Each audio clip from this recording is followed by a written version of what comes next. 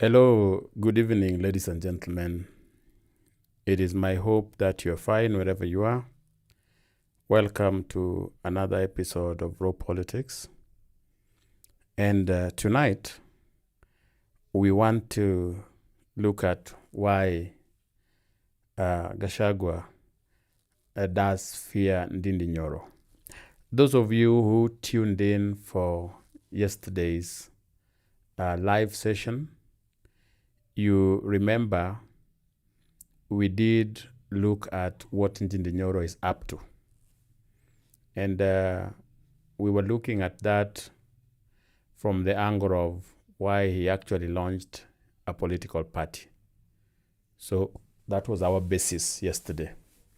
But today, now that Ndindi Nyoro is increasingly coming under a serious attack from Gachagua's people, not Gachagua himself, but from his supporters, the likes of Mate, who have officially said plainly that Ndindi Nyoro's party is like a green wheelbarrow. So the question we should be answering is, why do they fear him? Because if he was a nobody, it wouldn't have bothered them. It is not as if parties are not usually formed. It's not as if these parties are not identifying themselves with the opposition, but you barely hear Rigathi and his people attacking these parties. So the fact that they are attacking Ndindi Nyoro's party means that there is a part of them that does actually fear what it is that Ndindi Nyoro is capable of doing. So this would be our approach to this discussion so that it is structured. We would be looking at what Ndindi Nyoro's party is aiming at, and this will be based on what he said the party is about. And then look deeper into why that would be a threat to Rigathi Gachagua and in what way.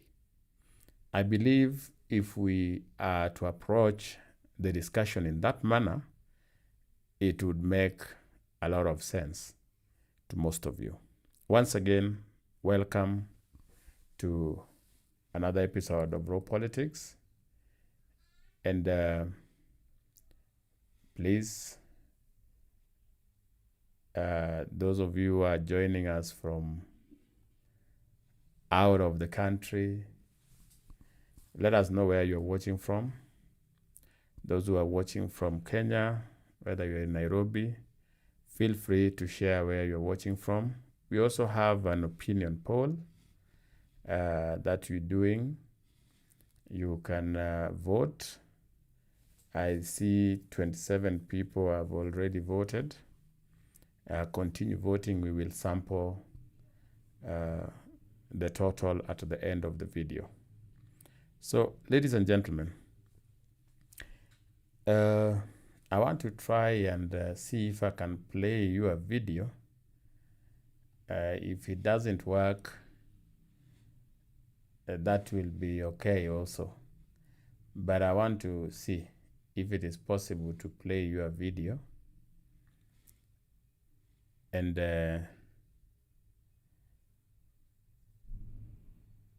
okay, I don't think it will work. I've seen a potential conflict with the setup.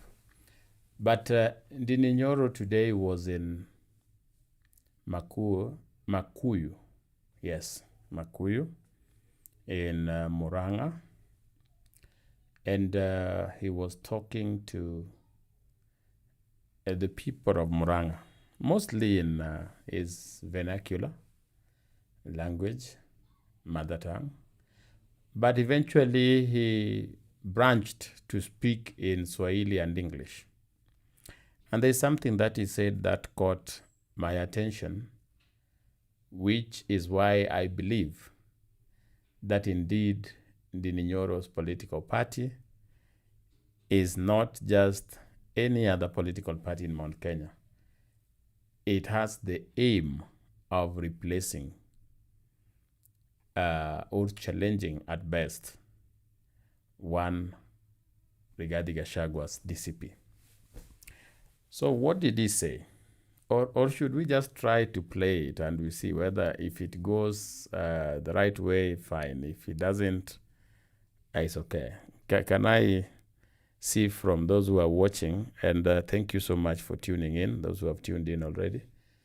Can I see those who are saying, let us experiment and see whether the video will play or not? And don't say, why didn't you prepare everything so that you come and play this? I remember there's one of the commentators here who said that you come and you look unprepared.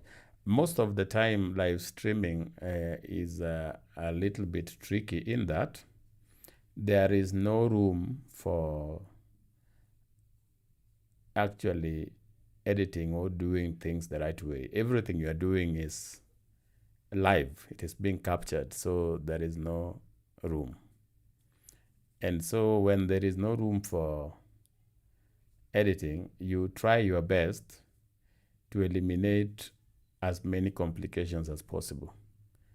I have seen live streams which is a team of people still having problems. Imagine one that is being run solo like this one. There are things you might try. I remember there was a time we did a live stream sometime back, and I was sharing screen. As far as I was concerned, actually, the screen was okay. But to the people who are watching, it was totally dark. All they could hear is my voice. So, because I also value your time and I want to always give you quality, I don't want to experiment with a lot of things.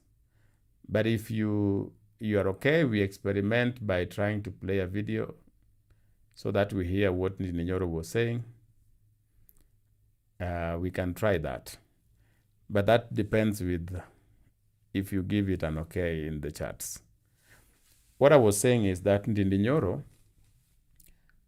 made a statement. And in this statement, he said the following, that his party is not the political party. Okay. Benny is saying, do not play the video. Just tell us what he said in Swahili and English. Okay, thank you. So, Ndindi Nyoro addressing people in, is it Mukuyu or Makuyu? When he was there, he said that, he said three things actually. Number one, that his party is not a refugee home for those who are running away from Ruto. You remember yesterday when we were doing our analysis, when we were doing an analysis yesterday, I mentioned that there are people who are not very comfortable joining Rigathi Gachagua, even though they also want to survive politically. Yes, they want to be re-elected. They are aware of the fact that perhaps Mount Kenya has rejected UDA and William Ruto. And by Mount Kenya, I'm very specific to, let's say, Central Kenya.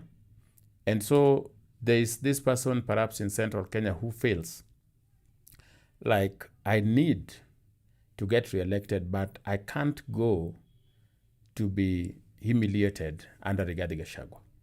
What I saw Kagombe going through was so humiliating that I cannot lower myself to that level. So let me go to Ndindi Nyoro's party. And Ndindi Nyoro was saying that that is not what his party is for. That his party is not a refugee home. Now, why was he saying this? Because the Gachagua's people had already said so, that there are people who are opposed to Gachagua and opposed to opposition, but they want to get re-elected, and so they will come and hide in Ndindi Nyoro's political party. So he was making that clarification.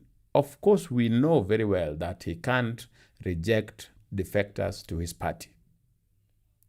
He can't. What will make Ndindi Nyoro's party relevant is, one and above all, membership. There is no party that is popular. There is no party that is considered worth its all without members. So it must have membership. There is no way Ndindi Nyoro is going to say, I have closed the door for new members. Who is going to be with him? He would want to traverse the country walking to up his presidential ambition if there are. Who is going to walk with him? He will need people. And so this one, he was just saying to respond to the Rigathi's team. And which takes us to what I was saying, that he also understands that Gachagua's team are not very comfortable with him. I want us now to go to the second statement that he made, then I say the third, and then I share with you why those statements are very relevant to this analysis. The second thing he said is that he wants the opposition to campaign as a team. Exactly his words. He was like, we should not have this case where this group is campaigning here, the other group is campaigning I don't know where. No. What I want, let us campaign together. And why is this interesting? Because if Ndindi Nyoro's proposal was to be taken seriously or be adopted, then it means the entire opposition, including the Linda Mwananchi and others, will have to come together under a new name, whether they will call themselves alternative government or Azimio, whatever it is that they will call themselves. But now they will be one unit. So you will not be having a case of what Rigathi was proposing, that before they join everybody else, they should have a coalition with Wiper first, so that they go and negotiate with others. Ndindi is proposing that we don't need that. What we want is all of us to be united in our campaigns. Let us have a team. We cannot have factions. We can be different parties, but let us not have different factions campaigning in different places. And the third thing that Ndindi Nyoro said is that he is vying or is leading a party because William Ruto betrayed him. To quote him verbatim, he says that we campaigned for William Ruto and put him in office. But his first agenda was to kick Rigathi Gachagua out, na madharau. I said verbatim. And then he kicked Ndindi Nyoro out, na madharau. Then he kicked Aisha Jumwa out, na madharau. So what is he saying? What this man is saying is that he's giving a reason that is going to relate with the people of Mount Kenya specifically. Why he's out. Because if he has not been wronged, then on what grounds is he leaving William Ruto? He must find a reason. Rigathi Gachagua did this long time ago. He said William Ruto betrayed us as a community. He has fired all our OCSs or taken them to I don't know where. All these things that Rigathi does say is to appeal to the emotions of the audience. And that is what Ndindi Nyoro was also trying to do. So this statement by Ndindi Nyoro boils down to one thing. Remember, I told you that we want to approach this discussion in a structured manner so that we are not all over. Ndindi Nyoro is a threat to Rigathi Gachagua. Why? That is what we are answering here. Then we are going to go into what is it that Ndindi Nyoro is actually capable of, and what is it that DCP the Gachagua's party, is also capable of in terms of trying to regain control. They have not lost it, but they fear they may lose it. So why is Ndindi Nyoro a threat? Remember, he is proposing certain things already. Even in this statement that he gave today, Ndindi Nyoro, unlike others, was sharing his agenda. Yes, that he did in English. Other things he spoke mostly in his mother tongue. But when it came to agenda, he was like, we need to take 40 billion from NSSF and put it to support healthcare. We need to do this to guarantee free education.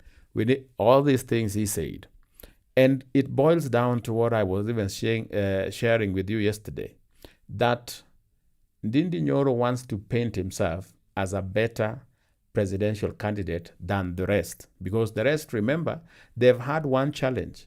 If asked, what are you bringing as an alternative to William Ruto, they have been, at best, blank. So, how is he a challenge? And how do the statements that I just shared fit in? If you can remember, he said that the entire opposition should be one. Now, this is very dangerous to DCP. I shared here that the reason as to why Gachagua doesn't want for the naming, is not for the naming of the presidential candidate now, has nothing to do with Ruto coming to kill that person the way he was sharing. It has everything to do with, if that person was named today, it is going to deny him leverage. Rigathi Gachagua does not just want to endorse Kalonzo. He wants to endorse Kalonzo under his own terms, meaning he's not going to share Kalonzo with Uhuru Kenyatta. He wants a Kalonzo who listens to him, not to two different people. And so he doesn't want a case where they name Kalonzo right away now before he can bargain. And the best way for him to bargain is if he has full control of Mount Kenya. What Ndindi is proposing is working against that. Because if they were to come together and every faction in the opposition was to be campaigning as a unit, then it is going to force them to have a leadership. Meaning, it is going to force them to name one of their own to be the guy who speaks finally. You know how rallies work, political rallies, if you've attended any.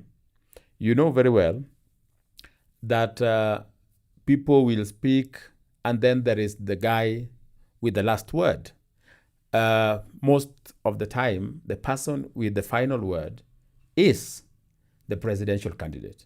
Whether it was during Raila's campaign, whether it was during Ruto's campaign, the person who is given the last word, who speaks and then the crowd disperses, is the presidential candidate. So I want you to picture this, a case where all these people are there. Sifuna is there, Matiang'i is there, Natembeya is there, you have our friend Eugene, you have Kalonzo Musyoka, now you have Ndindi Nyoro, and you have Rigathi Gachagua. Even Aisha Jumwa has joined you. You are there. It's one big rally. In this one big rally, every person will be shouting and celebrating his person because they are so far not united. But this will force them so that they look organized. It will force them to have a systematic way of addressing people, meaning so-and-so will be in charge of maybe coordinating, but there is one guy who is going to talk, then welcome the presidential candidate. That is tricking Rigathi Gachagua into naming the presidential candidate this year. And that is one way Ndindi Nyoro is a threat, because what he's sharing, ladies and gentlemen, is resonating very well with every member of the opposition apart from Rigathi Gachagua. You see why those statements matter and why they pose a threat to DCP and Rigathi Gachagua? Because if members of the opposition were to buy into Ndindi's proposal that they don't campaign differently, that they become one and campaign as a team, it will force them to have one leader. And that one leader would automatically would have been named a presidential candidate. That person might not be, and I can tell you, might not be Gachagua. And if it is not Gachagua, ladies and gentlemen, then how do you think he is going to fare on in these particular rallies? Even today, the opposition was addressing a press conference. And conspicuously, Gachagua was missing. Not that he was out of the country or that he was sick. Actually, he was having a campaign. He was in Nyeri. The question is, why did he miss? He rarely misses these meetings where you are going to speak against Ruto and blame him for everything that happened. But he missed. Why? Because there is a part of him that feels like when they're united like that, there is somebody who is going to speak last, who is going to give the final statement.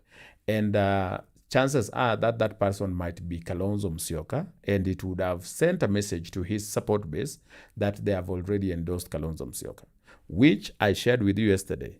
A politician, however powerful, if they don't have ambitions, if people look at them and they don't see a future, very soon they abandon you. And Rigathi wants his people to continue supporting him with the hope that he is going to be a presidential candidate come 2027. If he is there officially being subservient to Kalonzo Musyoka, people can add 1 and 2 and then see that Kalonzo Musyoka is the presidential candidate, even endorsed by Rigathi Gachagua. Not that he's not going to endorse him. He is going to endorse Kalonzo Musyoka. But he wants to do this under his terms, not now, maybe later, when nobody else will be having a say over Kalonzo. Kalonzo would see that it is Rigathi who made me who I am. And for that reason, his prophecy of Kalonzo, you are president, and the title deed will be at Nyoro might come true. Another statement that Ndindi made, the one that we discussed, is that he was sharing that his party is not going to be a refugee camp. And I said this has nothing to do with trying to kick people out or trying to ensure that the party remains with Ndindi Nyoro alone. That is not the issue here. That is not what Ndindi is doing. What Ndindi is doing, ladies and gentlemen, is what we call reverse psychology at its best. He's been accused of forming a party for refugees. People who disagree with Rigathi Gachagua, people who don't, in reality, oppose William Ruto, but they want to get re-elected, they want to survive politically. Rigathi is arguing that they are likely to go to Ndindi Nyoro's party. And so Ndindi Nyoro is saying that this party is not for that. So that anybody who joins, even if they joined for the same reason that Ndindi Nyoro was saying the party doesn't allow, it would be seen like, yeah, Ndindi Nyoro had made it very clear that those who are joining are not joining because of that reason. So if today, Wamatangi, for instance, joined that party, I'm just giving an example. I don't have any evidence that he is likely to join Nyoro. I'm just using him as an example. Maybe he may go to DCP, he may vie as independent, he may remain in UDA, you never know. But let's say he goes there. He's not been pro-Ruto, vehemently pro-Ruto, no. But he's also not a sympathizer of Rigathi Gachagua, so you don't find him everywhere praising Rigathi. So what happens if he joined Ndindi Nyoro? Remember, Ndindi Nyoro has said plainly that this is not where those who have been abusing opposition leaders, you've been abusing Rigathi, you come here, no, don't come here. So there are those who have not been abusing anyone, like Matangi, but he can join Ndindi Nyoro. So he would have cleaned the party by making sure that whoever is coming is not doubted, even though they could have been doubted initially. Reverse psychology at the best. And this is a big challenge to Rigathi Gachagua. Why? His narrative is that Ndindi Nyoro is forming a political party that is fully sponsored by William Ruto to be a refuge for those who do not support, who are still sympathetic to William Ruto. So, if he says that that is not what my party is about, and he says that I don't want to see anyone who has been against Rigathi Gachagua or who has been what coming to this party. There are people who don't talk about Rigathi Gachagua, but they support William Ruto. There are people who have never insulted Matiang'i or insulted the opposition leaders, but they support Ruto currently. So if they said they go the Ndindi route, I've been betrayed, I've been and I've decided I cannot support William Ruto. Let's say even Kagombe says, I went to DCP, I am not accepted there, but I hate Ruto. Can I be here? He will be having a new home. So this for him was a way, and I want you to get this, ladies and gentlemen. This was a strategy to actually get Ndindi Nyoro more people. Yes, I said it is reverse psychology 101. You are saying what you don't mean. He was technically saying that if you have issues with Matiang'i's Jubilee, you have issues with Rigathi's DCP, you don't have room in Kalonzo's Wiper, then what you can do, you can come to our party. And kama those of you who are parents, you know that the young ones we have, the kids, when you tell them, don't move from that chair, basically you want them to move from that chair because they will be very curious why you want them to stay in that chair. So sometimes you use, as a parent, you use reverse psychology. You say, I don't want to see you going to that bedroom and trying to clean it. I don't want to see you going there. And chances are they will go to that bedroom and clean it. Not always, but chances are they will do that because of curiosity. They are like, why are you stopping us? So reverse psychology. Ndindi Nyoro might be saying that, and then people like Betty Maina can say, okay, fine, I want to continue being a woman rep, though according to her, she said she will still be in UDA, but then they are politicians. They can swear today that they will be willing to die with Ruto, and tomorrow they will put their interest ahead of that of Ruto and move the opposite direction. Who knew Aisha would be calling Ruto names? Who knew? So they can say, me, I can die with you, I can put my interest behind yours. But at the end of the day, ladies and gentlemen, human beings, at best, we prefer self-preservation. So you find that she's now focusing on Aisha. But I digress. What I was saying is that Ndindi Nyoro is technically recruiting people by making that statement. But he has also given them a cover. When they come, nobody is going to start questioning whether, but these are, no. People will be like, so-and-so was not talking, he has not insulted so-and-so, etc. And so they'll come and join his party. And that is something that scares Rigathi Gachagua. Because if Ndindi Nyoro's party, and I'm using if here, because in analysis, you cannot work with absolutes. You're just sharing your opinion of what you think might happen. If you go with absolutes and you go this route of you can take this to the bank, if this doesn't happen, then don't call me this. No. We are not going to go that route. I'm just using the word if. If Ndindi Nyoro's party was to pick was to interest a significant number of candidates from Mount Kenya, it will be a direct threat to DCP's mission of being the only party in Mount Kenya.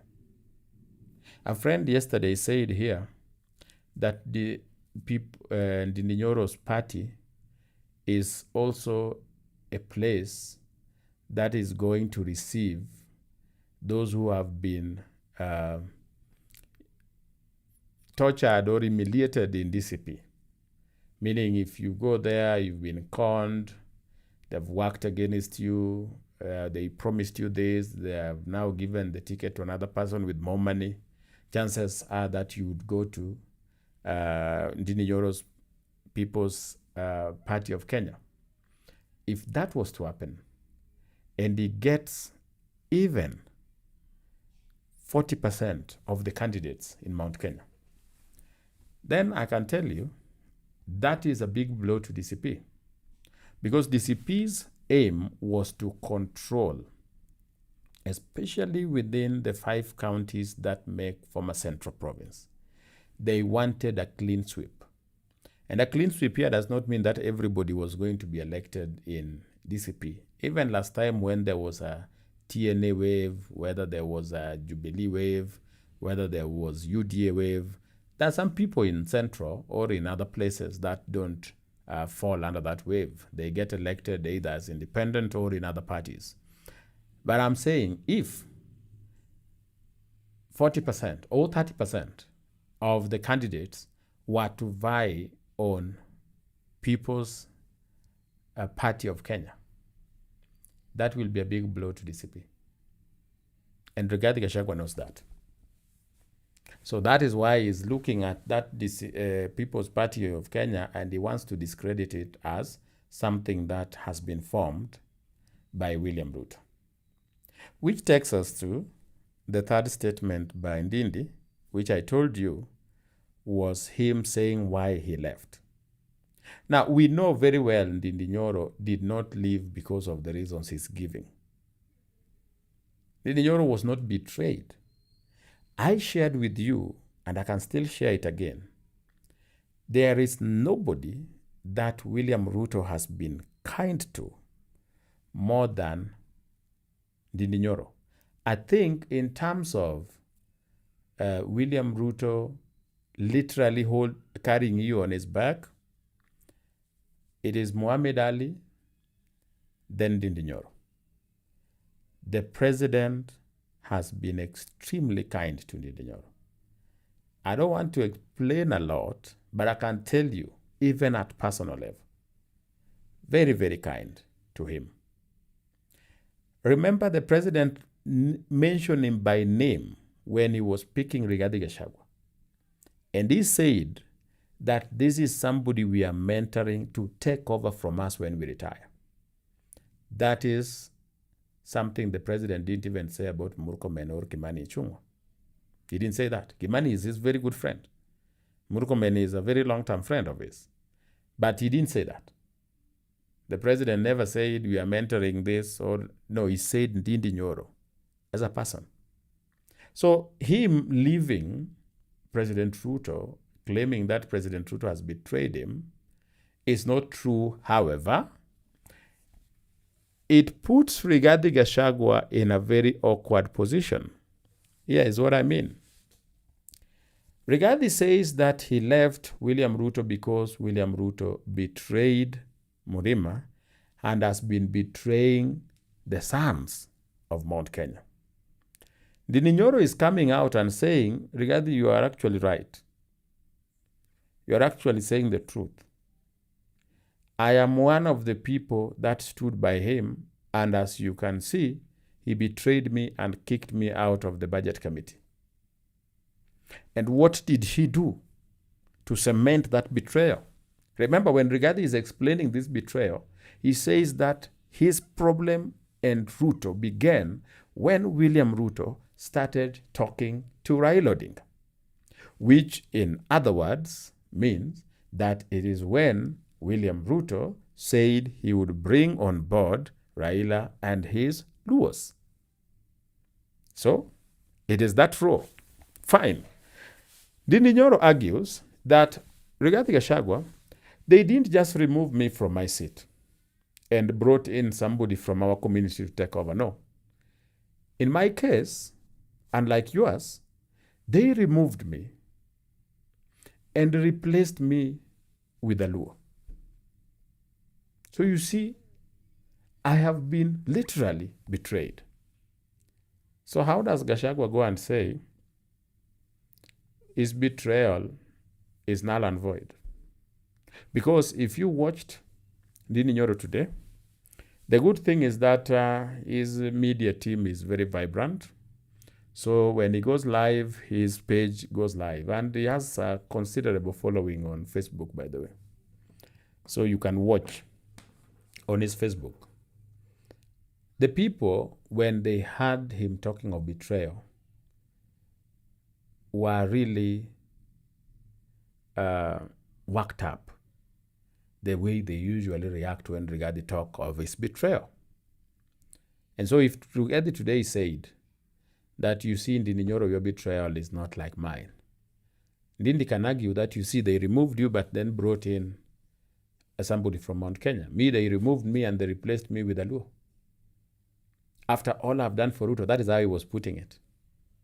And then Ndindi Nyoro goes ahead and says, even our friend Aisha, he kicked Aisha out, referring to her removal from the cabinet. And then went ahead and said, even Muhammad Ali was kicked. Now you wonder when that happened. By the way, I will be doing a video explaining why each of the people mentioned, and even more, left William Ruto, the real reason behind it, so that at least it makes sense. Because I also have friends who have been like, why would people who are very staunch supporters of William leave him when he needs them the most? It's a very interesting story.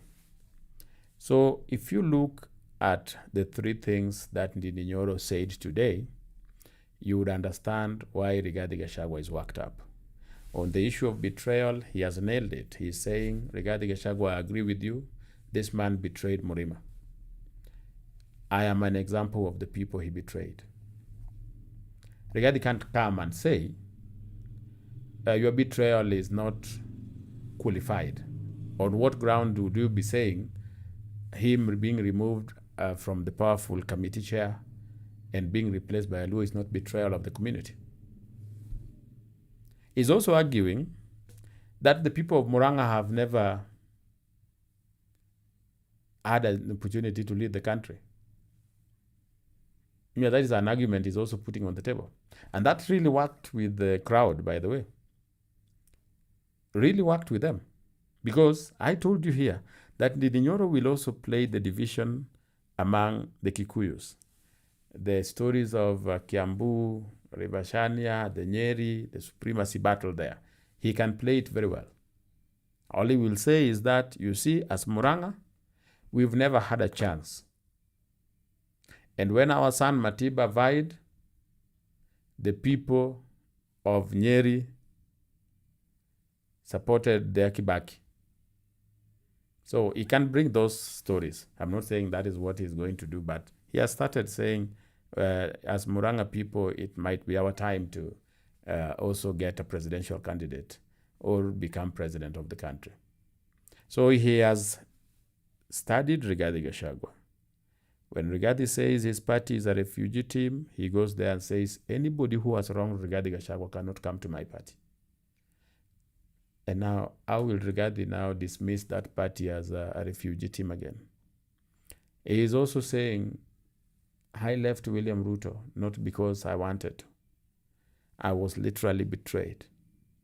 They got rid of me. They removed me. Na madharau. And he's also saying that Rigathi Gachagua, we don't need to wait. Let us be one team. Let us campaign together. We can't be different factions looking at each other with suspicion. Let every member of the opposition come together. We do not need the factions. In short, we do not need Linda Mwananchi. We do not need Jubilee on its own. We do not need Wiper. Let us come together and produce one presidential candidate. And I'm offering myself for that thing. So what will Rigathi say? Would he say that we don't need to be together? Yet that is the message they've been preaching. Would Sifuna say, we are part of opposition, but we are not comfortable being part of opposition, really? They can't say that. If his strategy was to work, it will force them, as I said, it will force them to name their presidential candidate. Now, Ndindi Nyoro knows that it is unlikely for him, however beautiful agenda according to him he has, it is unlikely for him to be named the presidential candidate of the opposition. However, he would have pushed them to name one before the end of this year. So that is why he's being seen as a threat. Now, let us look at what it is possible for him to achieve, what he can possibly achieve with his party. When I look at Ndindi Nyoro and revising the goals we shared yesterday, those of you who tuned in, revising the goals we shared yesterday, which is one, guarantee him a ticket. If he's a party leader, he doesn't have to struggle for a ticket to vie for any position he wishes, but also offer him as an alternative to Rigathi Gachagua and eventually make him look like the best presidential candidate available. I said yesterday, and I would repeat today, that one of those goals is not very tenable, that of him being seen as the best presidential candidate. And I still maintain, if there was an audience in the opposition that needed agenda, they would not be supporting the current opposition. But that audience wants anything anti-Ruto. That's what they want. They don't want an agenda. That's why if Sifuna tells them 90% of my agenda is to remove Ruto, the 10% I will figure out once we are done with removing Ruto. And they say, sisi ndio Sifuna. Because for them, that is an agenda enough. That means whether Ndindi Nyoro says, this is what I propose we do, this is what I believe will help us, at the end of the day, they are not going to buy that. So in terms of what are possible for him to achieve, he is not going to be a presidential candidate. But if we narrow it down, ladies and gentlemen, to the damage he can do to Rigathi Gachagua, I believe Ndindi Nyoro can scoop a considerable following from Kikuyus, especially Murang'a. And Rigathi Gachagua is not going to be comfortable losing Murang'a to Ndindi Nyoro. That is what got him worked up in the first place. Remember, Ndindi Nyoro moving up and about, moving in Murang'a, is what got Rigathi Gachagua as the DP to leave national politics and go back to struggle to be a Kikuyu kingpin. So he values that control. But that control is something that Ndindi Nyoro can take. Remember, I said, extremely strategic and very ambitious young man. He's very strategic and ambitious. You've seen for yourself today, based on the statements he made, that is trying to actually corner Rigathi or outwit him. Whatever it is that you are saying, he's saying, no, we are not going to do that. We've listened to you, Father, and that is not going to happen. And this is putting Rigathi Gachagua in an awkward position. You are fighting somebody who does not want to fight you, in quotes, but still destroying you chini ya maji. So chances are that he can scoop a considerable number. But the most important part, which in my opinion is the deal breaker for Rigathi, I think is Ndindi Nyoro's age and the fact that he has a political viability. He is viable politically. Unlike Gachagua, who has to depend on what the courts may rule, Ndindi Nyoro is cleared to vie for any seat in the country. And that means, ladies and gentlemen, if he pushes his strategy very well, he can be the alternative Kikuyus want, to the point where if they go to the negotiation table, and remember the Mount Kenya people and Kikuyus will need a Kikuyu as a deputy to motivate them to vote. let nobody lie to you that sisi hatutaki anything, we don't even need that deputy. No. The Kikuyus are just saying that, and I've had the privilege of actually visiting all the counties in Mount Kenya, the 10 counties. And when I say visiting, I'm not talking of sitting in town or in some fancy hotels. No, you go to Vijiji and you meet people there who are very raw. I once went to a place in Nyeri where they just struggle with Swahili the same way the people of Homa Bay do. And those people will tell you that their presidential candidate of choice is Rigathi Gachagua. Leave the ones on social media telling you hata tutaki hiyo nini. No, they will tell you plainly, our presidential candidate is Gachagua. That is why they are supporting him. They believe that he is still going to win in court and get the chance to vie. And if, I'm telling you, if he was to be cleared and vie, the Kikuyus will support him. The issue of we don't want presidency, we don't want even the deputy, that is what is being said so that other communities who are siding with them in this particular opposition to Ruto do not feel like they are doing this for their own benefit. It is the same as the opinion polls they do. When you look at these opinion polls, ladies and gentlemen, they will put Matiang'i as the favorite of Kikuyus. You can check, you can pull the opinion polls and see. They would put that Matiang'i is the favorite, is the person the Kikuyus want to vote. That is not true. If he was the person they wanted to vote for, he is a member of Jubilee Party. That means his party that was defending a seat in Olkalau would have won or would have lost marginally. But that is not the case, ladies and gentlemen. They gave the guy 1 point something. It's not even a percentage. 190 votes is not even a percentage of whatever it is that the valid votes in Olkalau. In fact, Matiang'i, when doing an interview, I think it was with, was it with K24? Yes. He said that people are not genuine. Just to quote him, he said people are not genuine, especially in that coalition of theirs. It was like, why is it that when it was in Bere, the agreement was that they support DP? But now when they come to Olkalau, where Jubilee is defending a seat, then now everybody is proposing that they have a friendly match. He said people are not genuine. And also the votes they got also showed that the people who are saying they are supporting him are not genuine. But why do they do the polls nonetheless?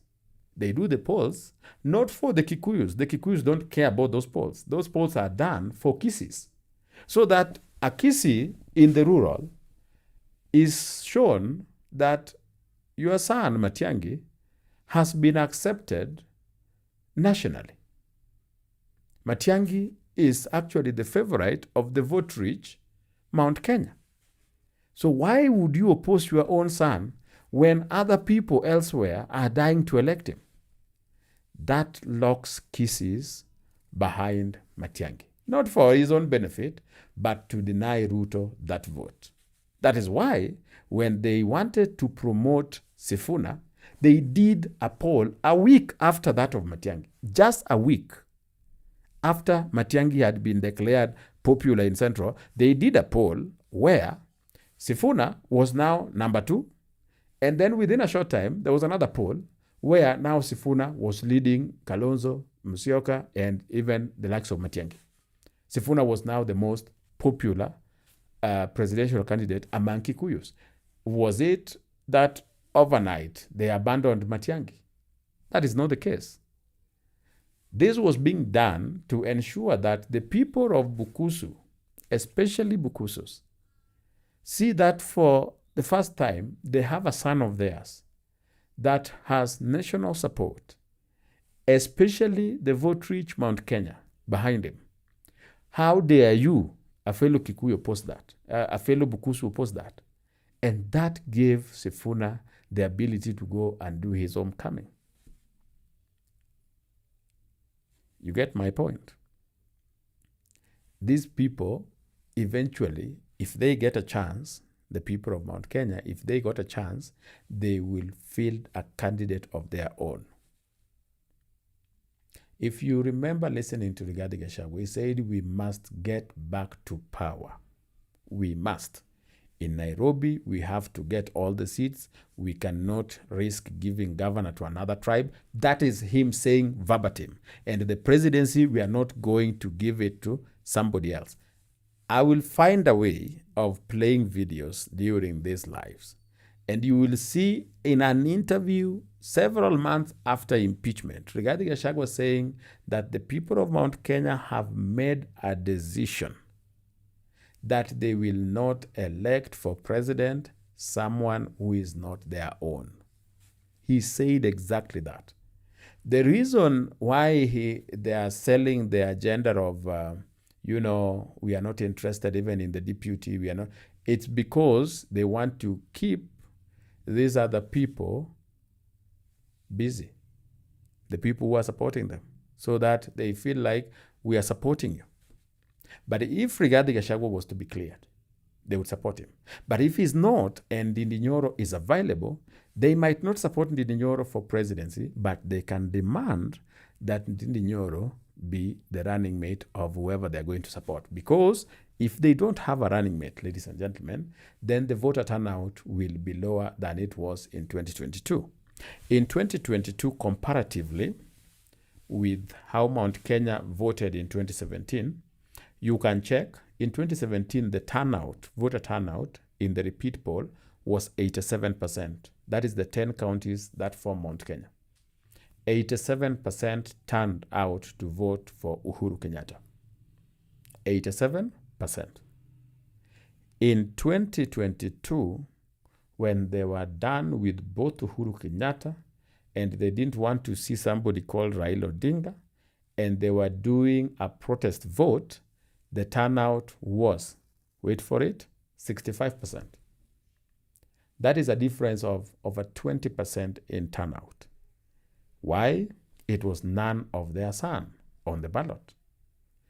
They had a deputy, don't forget. Now I want you to picture a case where they don't even have a deputy. I want you to picture that. A case where they don't even have a running mate. Why would they turn out? So chances are they would say, okay, if you are endorsing Kalonzo, then Kalonzo, Ndindi Nyoro is your running mate. Yes. So that is something that is possible. I was looking at what is possible. What can Ndindi Nyoro achieve? And I was telling you he can actually get some people to defect to his party, and he can eat maybe up to 30% of what currently DCP is enjoying. But what is threatening Rigathi even more, and what Ndindi Nyoro is capable of achieving, is that he can tell the people of Mount Kenya that if our son, Rigathi Gachagua, still has issues in court and cannot vie, we cannot go to this election without one of our own. Imagine we had one of our own and you saw what happened. What if we didn't have even somebody in that number two? So he can push that in the negotiation table. And that is why he's saying they must be together. They must be a unit. He doesn't want this issue of Rigathi campaigning on his own. It is no. There must be one unit. And that way he can begin. That Murima inapata nini? Niko hapa. I can be the deputy. And remember, he's a deputy that Rigathi can't control. Now, what can Rigathi do in return? If you are Rigathi, what is possible from Rigathi's end? Can he manage or control Ndindi Nyoro? Rigathi finds himself in a very awkward situation. Anything he's going to accuse Ndindi Nyoro of, Ndindi Nyoro can accuse him of the same. For instance, if you say this guy has been a friend of Ruto and was supporting Ruto and supporting his policies, Rigathi was doing the same until he was removed from office. So if they accuse Ndindi Nyoro of changing his mind once he was removed from office, it is the same thing Rigathi Gachagua did. It's going to be very ironical for him to say that this guy just changed against Ruto when he was removed. He can also say, but you also are saying only somebody without a brain can oppose affordable housing. And then when you are removed from office, you are saying it is the worst policy you've ever seen. Everything he accuses Rigathi of, he can accuse Rigathi back. Why? Another example. If you say, why is it that when he left Ruto, he didn't join an existing Mount Kenya party, but formed his own political party? That question can be asked to Rigathi also. When he left Ruto, Mount Kenya had 28 political parties. I'm not kidding. We have over 80 registered political parties. And 28 or more of them, at least 30, are from Mount Kenya. Registered, controlled, chaired, and managed by people mostly of Kikuyu origin. So why didn't Rigathi Gachagua join one of those? Why didn't he, for instance, join NAK Kenya? Because we can say maybe DP by that time was still in bed with Kenya Kwanza. So you can be like, no, I can't join DP. Or Jubilee, you can argue that it had been captured by government. And by that time, it was mostly the likes of Sabina were singing government song and leading Jubilee. So he could say, I couldn't join Jubilee. But why didn't he join Mbas? Why couldn't he join Martha Karua's party? And if it is a matter of joining existing opposition party, Wiper was there. Why couldn't he join Wiper? So anything he accuses Ndindi of, Ndindi can accuse him back. Anything. But there's something he can still do that can make life very miserable for Ndindi Nyoro. It is unfortunate, but this is Kenya. So these are things that are very possible. Rigathi can still use politics of hostility against Ndindi Nyoro to make him look like he is unwanted. How many of you had a chance to see what happened to Kagombe, that MP for Gatundu South? The one who went to Naivasha and then left and then started interviews of saying Ruto betrayed us.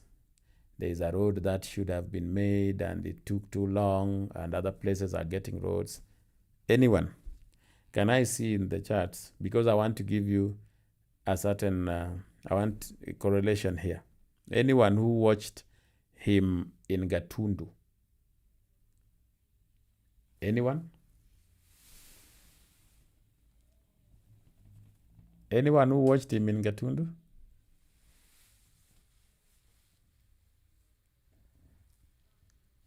Okay. And by the way, I want to thank you today. You are doing very well when it comes to likes. We are doing well. We are doing well. We are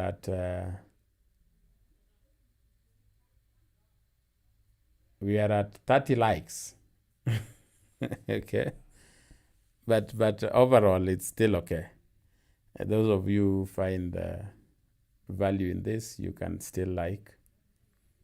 And there is an opinion poll there. You can vote. Any of you who saw the meeting, okay, so Ian is saying they never saw it. So this Kagombe guy goes to a church with Rigathi. In this church, every member of Rigathi's kitchen cabinet, the Gasheris and all these Metu, they take turn to tell Kagombe that he needs to be vetted. And this is done deliberately. Remember, this is being done in church, and it is streamed live. The audience they are going to meet outside are already watching what is being said in the church. And in the church, they are setting this guy up for rejection in public. So they are like, we are going to monitor you. You can't just come in until the guy goes there and says, I'm ready to be vetted. I'm ready to be what? I can sit in the back and wait in the line. A very humiliating situation, but he's desperate, so he endures it. And then they go to meet the people. And that is when everybody realizes that the drama in the church was not meant for those who were in that church. It was meant for an audience that was watching whatever was being said in the church live from the pages of the Washemiwa. So when this guy goes to his own constituency to talk, Rigathi, first of all, gives a monologue, kind of, an intro. And in this intro, listen to this, in this intro, he is saying, in this intro, he is saying, from the look of things, huyu amekuja kutujoin, lakini bado we are still looking at him. We are still analyzing him. But let him talk to you and tell you what he wants. When the guy took the mic, they shuttered him off the stage. He said everything, but it was met with deafening noise. They were shouting him off the stage. Remember, this is their MP. That the MP claimed that it is the people who told him to leave Ruto. That MP. He said in an interview, I watched him. I told you most of the time I watch these people. Okay? Most of the time I watch these people. Even if I differ with you, I have to watch you. And he was saying why he left. He said his people told him that we don't want you to work with William Ruto. Come back, we are going to re-elect you. You are our guy, you performed well. And yet, in that first visit, he was being heckled by the same people he said told him to leave William Ruto. So that is something that Rigathi can easily organize for Ndindi. In fact, he can agree for a joint rally with Ndindi. And then the bully is, he can simply say, kijana yetu Ndindi pia ameona mwangaza, amerudi. Kuna watu wanasema yeye ni mtu wa Ruto. But sasa wacha aongee na nyinyi. Then Ndindi, perhaps with the crowd that is pre-organized, is shouted down as he talks. So he talks maybe in Nyeri, maybe in Kirinyaga. The same thing happens in Nyandarua. It happens in Kiambu. And finally is heckled in his own backyard of Murang'a. They would have destroyed Ndindi Nyoro. And there is some part of me that tells me that is the option Rigathi Gachagua has. Because every other thing is doing, Ndindi Nyoro has come up with a counter plan. You can't accuse him of this. He will say, the only option that remains is to discredit Ndindi Nyoro by making it look that it is the people who have rejected him. Now, where did I see this firsthand? Ladies and gentlemen, allow me to take you back to 2016. is it 2016 or 2015? When Raila returned from the US, where the song came, Baba While You Were Away. I think it is around 2015, 2016 there, yes. So 2016, Kidero is facing re-election. That is Evans Kidero. He is facing re-election. He is the first governor of Nairobi after the reintroduction of that position in Kenya through the constitution. But according to Raila, Kidero has not been a good boy. And why? He was friendly to Uhuru Kenyatta, who was the enemy. Uhuru Kenyatta, who stole Baba's election, was having a good working relations with Evans Kidero. And that was seen as an insult, to the point that when Kidero expressed interest to be elected chairperson of ODM, you remember the Men in Black drama in Kasarani? That was to ensure that the people that were going to be elected there never got elected, so that people who were going to run the party were appointed. And that's what happened. That election didn't see the light of the day. Men in Black came, kicked virtually everything, and that everything included Evans Kidero taking over as the chairperson of ODM. But Raila had looked at Evans Kidero working relations with one Uhuru Kenyatta, and he didn't like it. And so what did they do? To ensure that Kidero lost 2017, Raila Odinga didn't decampaign Evans Kidero. There is no record of him saying Kidero is not going to win. In fact, Kidero was given the ticket for 2017. I must add, direct ticket. He didn't campaign against somebody to get that ticket. He was given a direct ticket in 2017. However, what happened in 2016 sealed Evans Kidero's fate.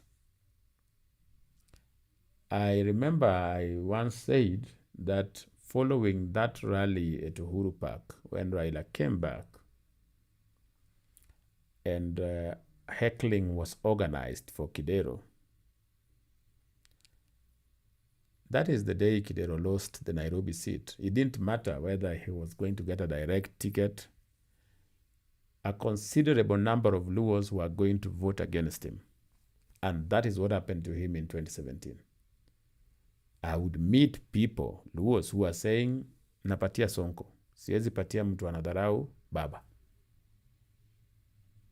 I was an IBC official then. And they would tell you plainly, napatia Sonko, siwezi patia mtu anadharau Baba. Because of the heckling that was done in that Uhuru Park rally. That is what sealed Kidero's fate. Because the party didn't like how he associated with Uhuru Kenyatta, considering that Uhuru Kenyatta was an enemy. I could give you examples of people whose political career have been dealt with just through organizing popular rejection. I call it popular because they organize people around the stadia there or around the podium who make noise until you can't say even a single word. And then that perception goes that you've been rejected. And people don't want to associate with losers. That is how people are created. If you started an example, if you started a channel today and you have 3 subscribers, I can tell you very few people will join you when you go live. Even if YouTube shows it to them, they'll just see how many subscribers does this guy have. We say success has many friends, but it's very lonely to be a failure. So That is what happened to Kagombe, and it can happen to Ndindi. So Rigathi's only way to tame Ndindi is to organize that. Agree, we are going to work together, but then organize. He's heckling in Nyeri, heckling in Kirinyaga, let him be heckled in Kiambu, and of course, Nyandarua, and finally come to Murang'a. Ndindi Nyoro and his party would be reduced to nothing. Otherwise, if that doesn't happen, I can also confirm to you here that Ndindi Nyoro has what it takes to either force himself as the running mate for this particular opposition, because he will argue that Kikuyus demand a running mate, and the only one who he believes has what it takes to campaign and bring votes is none other than Ndindi Nyoro. He can also eat into Rigathi's votes. So, ladies and gentlemen, in conclusion, before I sample some of your comments here, and also as I thank you for tuning in every time we go live, just as a recap, we were looking at why Rigathi Gachagua literally fears Ndindi Nyoro. And if you are to summarize it, you'd say something like this. Ndindi Nyoro does outweight Gachagua most of the time. So whatever it is that Gachagua is planning against him, he has a counter strategy. And his plan is to either eat into Rigathi's base and also be the opposition running mate. That can work, but Rigathi has one option that can still destroy Ndindi Nyoro completely. Organize for him heckling per county and make sure that it is covered live so that people see that Ndindi Nyoro, a root of small, has been rejected. Ladies and gentlemen, that is what we were talking about. It is my belief you found value. If you did, like, share, subscribe. Now, let me sample some of your comments, and then finally we look at the polls. The polls was, can Ndindi Nyoro replace Gachagua as Murima's kingpin? 112 people have voted so far, and the results are very interesting. We will come back to the results. Let me sample some of your comments. Zabib Mahamud, Gachagua does not want Ndindi Nyoro's party. He wants his DCP party to be the only party in Mount Kenya. He wants to be the kingpin of the mountain. Excellently put. Abdi, good evening, Sam, watching from Voi. I hope you're still watching, Abdi. Karibu sana. Benny, this is a response to a question I asked whether I can play a clip. But then, as somebody said, I don't need to play the clip because I can just say it. But another one said, let us experiment, we will improve with time. Now, I will actually do the opposite. I will try going live, maybe private, and try to play the videos, see if it is syncing well. If it is okay, then I come to a kubwa when I am prepared. Because this one we might try and then it doesn't. There was a time we tried to share. EM was still there, and EM is one of EM 551 is one of those people who have stood with this channel for a very long time. I thank you so much, sir. EM was saying we experiment, but I'm of the opinion that let us do the other way. Let us use a sandbox, kind of. Try something, then we see what to do. Laban Kemei, Jambo. I'm in Durham, North Carolina. Okay, karibu sana. I hope you're still watching. There's something I gathered here. The average view duration is usually very low here, meaning there are people who tune in, watch for a second, and then just say, this is enough for me, and they go. So that's why I usually ask whether you're still there when I'm reading your comment, so that at least if it is a question, I answer it when you're there. There is Wanjeri K. People don't see Gachagua as a president, but they do see Nyoro as a president. That is why he will excite a lot of people. Okay. And who is saying that people don't see Gachagua as a president?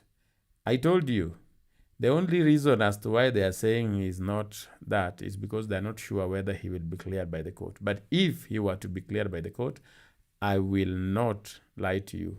They will embrace Rigathi Gachagua as their presidential candidate. And actually, they will vote for him overwhelmingly. That is how local politics is. Abdi, why Luos are divided in support of Ruto when they can get their interest in him? Are they different Kikuyus when they see their interest as a community? Okay, so I think I can answer this. It's not related to Ndindi Nyoro, but Abdi has asked a question here. Abdi, are you there? Can I know whether you're there so that I answer that question? Because it might benefit you. And not that it won't benefit others, but it might. Abdi, if you're there, let me know. I'll come back to that. Because there's something I needed to answer on this specific issue. Is the Luo Nation divided in their support for William Ruto? What is the reality there? We can do a whole video about that, but it doesn't hurt answering Abdi here. So Abdi, if you are there, let me know. If you are still there. Kama ulichalala pia, it's understandable, it's late. Hamisi is saying the reason why Gachagua can't match with Nyoro is ideology and a promising plan. Gachagua is planless, no ideology, just toxic politics, which have been passed by time. Now, this sounds good, but unfortunately, the audience that Gachagua is targeting is the same audience that the standard media is targeting. And I'm using this very carefully. The standard media, don't come after me. I'm just giving an example. In terms of business, you ask yourself, what matters to me? Is it morality or profit? In most cases, businessmen will answer this in the latter. They would say, what matters as a business is profit. And so, if going against what we believe in is going to make us grow, then we adapt, we change, and do that. And so the Standard can actually print today a headline with Kiombori plastered there, lying down. They know very well it is a lie. But there is an audience that wants that will buy that paper and ensure that paper hata kuna hata moja. And that will keep the lights on. So it doesn't matter. They would pursue everything. That is why Rigathi Gachagua never shies away from calling press conference to say things that are purely lies. Lies that even a kindergarten knows this is a lie. But you see, he has an audience that is waiting for that lie. I told you the challenge we have is that we have what we call traditional opposition. Traditional opposition works like this, ladies and gentlemen. I don't like Abdi, or I don't like Hamisi, or I don't like Inangol or Simon Bo. I don't like you. Okay? Now, if I don't like you, and let's say I decide that anything you are going to say, I am going to oppose, whether you are making sense or not. That is what we call traditional opposition. And that is what we currently have. If you've tuned in to watch the health summit. In my opinion, that is one of the most important thing the president ever did, that is. Because it exposed a lot. We had a message from the owner of Karen Hospital saying that hospitals are not being paid by SHA. The daughter, who is Juliet, calls and says, that is not true. I am the CEO. And this is how much. So the other one, the owner, has gone political. And going political is wrong for a business, especially if this business has declared war on the state they want to do business with. But what happens next? There are people out here who will oppose anything that William Ruto does. Even if William Ruto was to say that Kenya is in East Africa, somebody would say that is a lie. Kenya is in Asia. And then there is an audience that is going to believe that Kenya is in Asia. Not because they don't know where Kenya is, but because what makes William Ruto look bad is all they need. And that is why when you say Ndindi Nyoro has a plan and Rigathi doesn't, you're missing the point. Why do I say so? You're missing the point because the audience that Ndindi Nyoro is trying to address is not interested in the plan. They are not. You saw Kalonzo Musyoka, a respectable guy, he's in his 70s, saying that the finance bill is promising to do something to people's land and making the death of the likes of Dedan Kibathi to be in vain. He's never even read that finance bill. He doesn't even know what he was saying. But he can just say that, and there's an audience that is saying, wow, God, we are going to oppose this finance bill. If that finance bill was to be put to a referendum, majority of those who oppose Ruto would have voted against it without reading a single word. So you must know that. The audience you have does not want Isosera. They want one agenda, get William Ruto out of office. So that is the unfortunate part. That's why I was telling you, Ndindi Nyoro selling himself as a guy with an agenda, while good, while painting him to what we would call the exposed Kenyans as an alternative. Majority of the opposition do not care about any agenda. They don't want to hear whether somebody is saying Mimi ni Sifuna, when that Sifuna has been asked, what will you do? And he said he's not an economist. He doesn't know. And somebody is like, that is the guy I want. I want that guy who does not know what to do with my life. Because what I believe, if we can remove William Ruto, 90% of our problems are gone. That is the situation you find yourself in. There is Mabkak. Okay. These are your ideas, not of Kenyans. President is one term. Yeah, I said they are my ideas, and unfortunately for you, I am also a Kenyan. Unless you are saying I'm not a Kenyan. But you can also share your ideas, huh?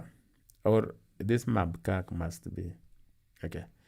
Left side, Ndindi is a Ruto agent. Okay, this was said initially. Inagol, how come Nyoro can be considered presidential material when his constituency development record was exposed and some of his economic policies was discussed and shown to be defective?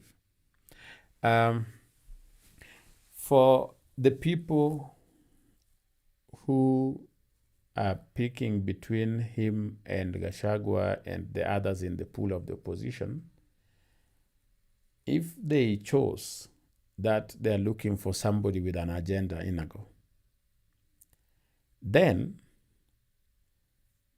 to them, Ndindi Nyoro is more presidential because, however far-fetched, that is the term I used, however far-fetched his agenda is or ideas are, they are agenda nonetheless. The others don't even have those far-fetched ones. And when they try to attack Ruto's policies, they look miserable. So that is why some people see him as a presidential candidate. Simon Bugwa is saying this is gay, come out of here, red lipstick lips, nonsense you are dreaming of. Okay, this is a funny one. Simon Bugwa, is this your first time coming to this channel? Take it easy. Just listen, replay, listen where you disagree, share with us. These are the unpleasantries are unnecessary, especially when you come to a channel like this. We have other channels, as I always share with friends who find raw politics to be too much. I know politics is very emotional issue. People even kill each other over politics. They injure each other, not just in Kenya, everywhere. Politics is very emotional. But I always share this. If you find that you are not the type that can debate, meaning if somebody says things that are different from your position, then you resort to maybe insults or name calling, then raw politics is not the place for you, because you will just find yourself the odd one out in the comment section. People here differ, but they don't have to go call people names and say those funny things you're saying. But I welcome you, Mbuga. I hope you're still there. Eminix, Ndindi Nyoro comes from Murang'a, where the elite and billionaires of Mount Kenya come from. So they don't like Rigathi behavior and his politics. They are the ones behind Ndindi Nyoro. To some extent, I agree with this, because it appears they refuse to sponsor Rigathi Gachagua. The Murang'a billionaires are yet to open the door of cash and sponsor Rigathi. But they can actually sponsor and bankroll Ndindi Nyoro, which will be a big advantage to him, because that means he can move throughout the country.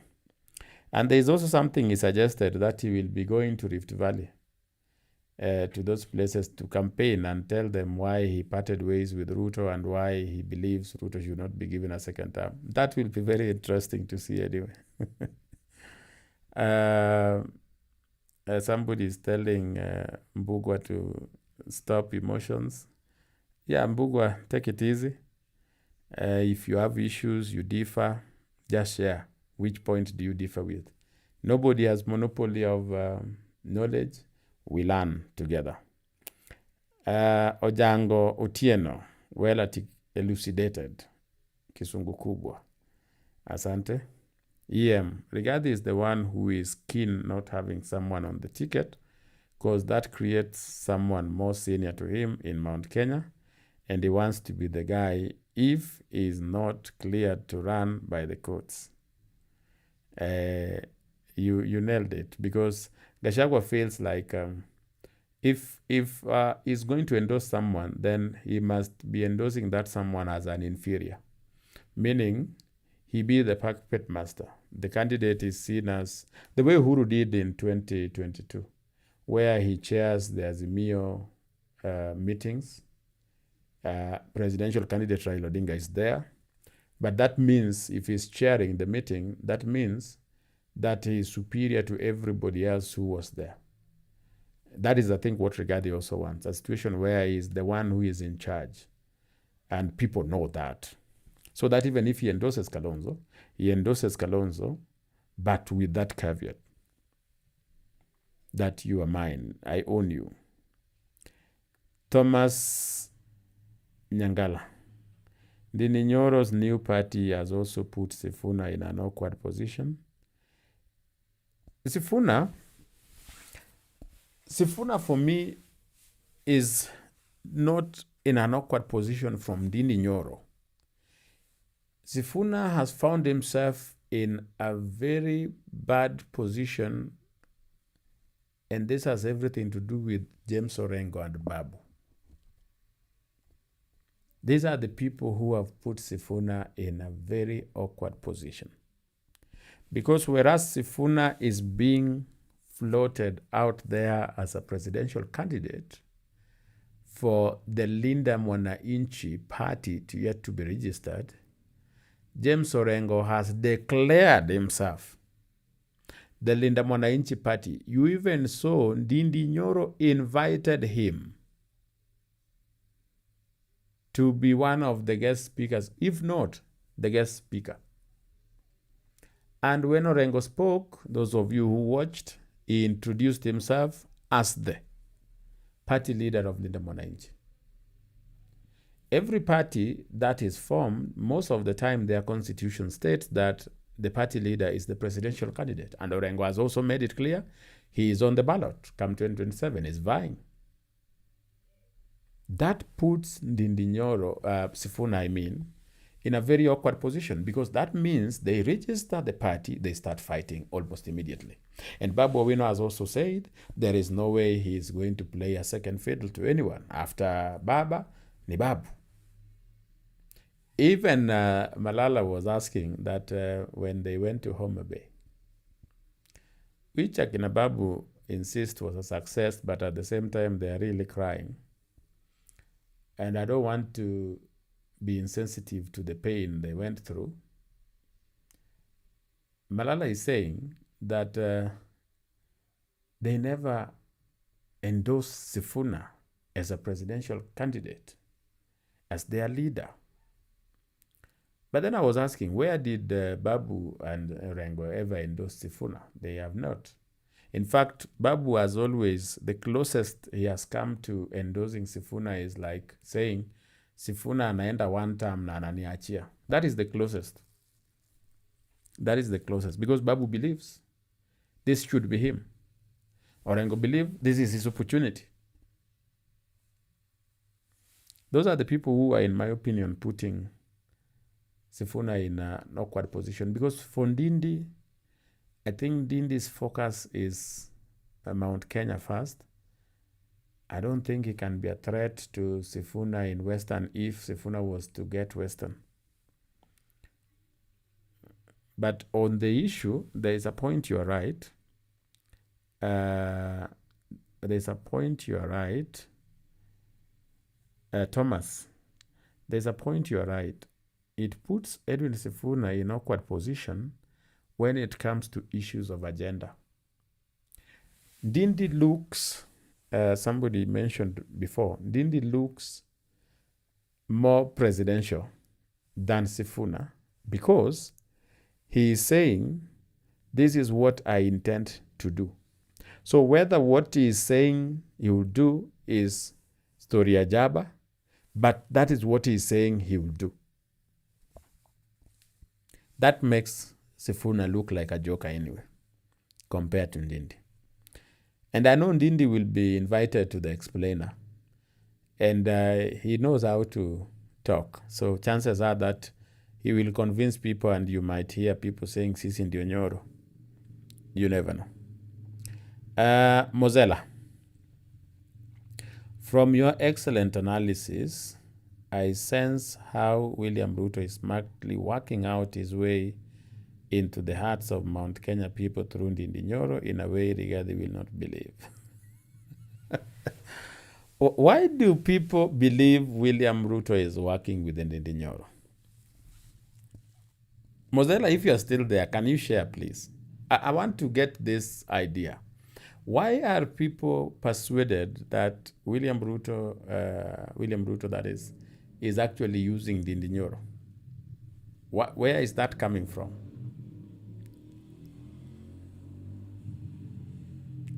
Where is that coming from? I want to hear that. Because I don't want to say a lot, but I know William Ruto feels betrayed by Ndindi Nyoro. I don't want to say a lot, but he's disappointed. Because I mentioned earlier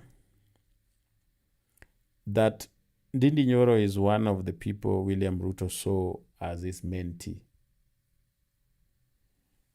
This is one of people he planned to mentor and one day hand over to. He liked Ndindi Nyoro. But then Ndindi Nyoro chose politics of survival. Ndindi Nyoro was not removed from the position he was holding because they wanted to bring in a Tandi, no. Ndindi Nyoro was removed because he decided to start opposing government positions that he was the one pushing for, just to appear that he was opposed to Ruto so that he can go and be accepted by Kikuyus. And that, I can tell you, hurt the president, because the last person he expected that from was Ndindi Nyoro. Ichung'wah scores very high. I'm not saying that he cannot change. This is politics. But he scores very high that Ichung'wah makes certain decisions and he sticks by them. That way, you can rely on him the way you can rely on Aden Duale. In politics, there is one currency that is valuable above all, and it is called loyalty. If I can rely on you, and I know I can rely on you, then you are of more value to me than any person anywhere. And I can tell you, Ndindi Nyoro did the opposite. For politics of survival, he chose to be a critic of the same things he had proposed to be done. Just the way he did with Rigathi Gachagua. He lured him into a village fight and then withdrew. Rigathi found himself neck deep, and then he was impeached. Anyway, I want to hear from your other side. Why do you believe that Ndindi Nyoro is a project? It's like saying Aisha Jumwa is Ruto's project. To what end? My friend Abdi said he is around. So Abdi, if you are still around, I want to answer your question before I go to read the remaining comments, and then we conclude. Just announcing some progress. I had already handled the issue of the overheating of the camera. You see, we are improving day by day. The way the camera is, it can now stream here for 4 hours or even 6 hours. But I'm not saying that we are going to stream for 6 hours. I'm just saying I can now at least read comments without saying, guys, let us see each other tomorrow. Abdi asked, why are Luos divided in support of Ruto when they can get their interest in him? The other part I don't get, are they different Kikuyus when they see their interest? Perhaps you're asking, are they different from Kikuyus? Let me paint you a picture. Luos make the decision to vote for someone early enough and they stick by it. I have gone to Luoland to campaign for people who perhaps were not in ODM. And we would actually reach a level where we are convinced the ground has changed and they are going to vote for our candidate. And then that candidate of ours gets 400 votes in a general election. In a constituency that has 100 and 69,000 registered voters. And where number one perhaps has 60,000 votes and number two has 30 or 40. And our candidate that was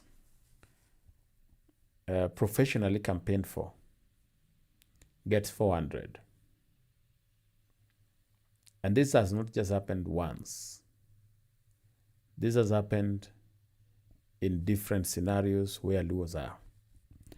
It made me arrive at one conclusion. They make the decision to support someone early enough and stick by it no matter what. Local polls show that Luos are supporting William Ruto. However, there is a perception being created.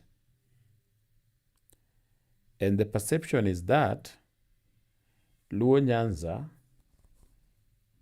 is a swing vote, swing region, battleground. This perception has everything to do with the narrative of 2027 politics. If you claim even Luos do not support Ruto, if you go with the opinion poll that 75% of Luos are supporting Sifuna, who is opposing Ruto, thereby Luos are opposing Ruto, then that narrative sells very well because it paints a picture of William Ruto only has support in Kalenjin land. That Raila Odinga's base has not supported William Ruto. It's just a narrative. But if you went home today, you would find that the decision to support Ruto was made long time ago.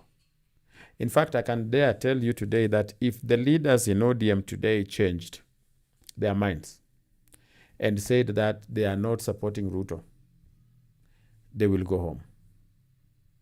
That is guaranteed. That's how Luos vote. So they are not, they know their interests are there. And that's why the leaders in ODM are making bargains. They are making bargains because they know Luos, who are mostly in ODM, are supporting Ruto. And they are threatening Ruto that if you don't agree with this, kinaumana, utatujua. Okay. So, let me read the other. I hope, Abdi, you've been answered. Eh? That's my hope.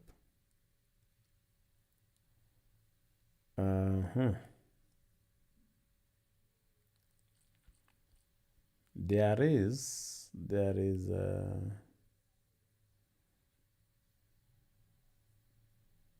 okay. EM is saying, but I think Ndindi is playing above Rigathi from a strategic point of view. True or false? Yes. Strategically, I told you the guy is very strategic. Remember, he's very young, yet he has made himself, just through that Kiaru PR, he's made himself a national leader. Somebody in Turkana knows about Ndindi Nyoro.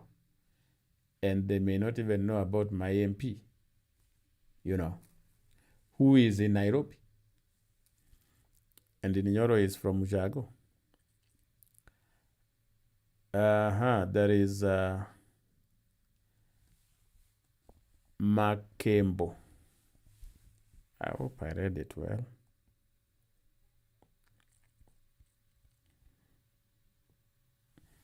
Makembo, is it? Yes. As long as Ndindi Nyoro locks out Ruto and his sycophants, Gachagua has no problem. He wants all parties to field candidates but agree on one presidential candidate. He doesn't want all parties to field candidates in Mount Kenya. That you should know, especially in Kikuyu land. Christian growth tools. Oh, that is why he's got a different party. Gachagua is naturally vicious. Yes. Sajavedi, how is Sondu? Becoming president in Kenya is very hard. A lot of things is involved. Nyoro is clean. That is why Rigathi is threatened. Gachagua knows if he doesn't get enough MPs, then his agenda will not agenda. Yes. And also bargaining tool. Remember, if he could get out of the 8 MPs from Mount Kenya region, if he can get even 45 or even 50, that gives him serious bargaining power. But if he's reduced to maybe 30, he goes to the level of Wiper. Fred Kimani. Not all Kikuyus are followers of Gachagua or Ndindi. Ruto Tosha, 2-term. Yes, that is true. It's not absolutes, but majority are. Abel. Gachagua is not happy with Nyoro. He said he's going to Moranga tomorrow. Perhaps he's going to do that thing I was telling you of saying, I could have wheelbarrow up, things like that. But Ndindi Nyoro will take him head on. One thing that Ndindi Nyoro does, once he's decided that he's campaigning, he does it viciously. I remember how he was dealing with Uhuru and others. Remember, this guy found himself to be among the people being thought of to take over as a deputy of William Ruto, yet he was just a first term. Was it a second term or first term? Something like that. He knows how to make himself popular. And once he decides that he's going for something, it is very difficult to convince Ndindi otherwise.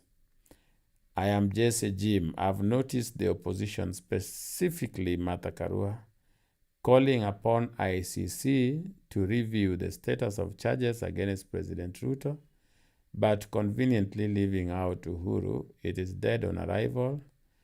Touch on this.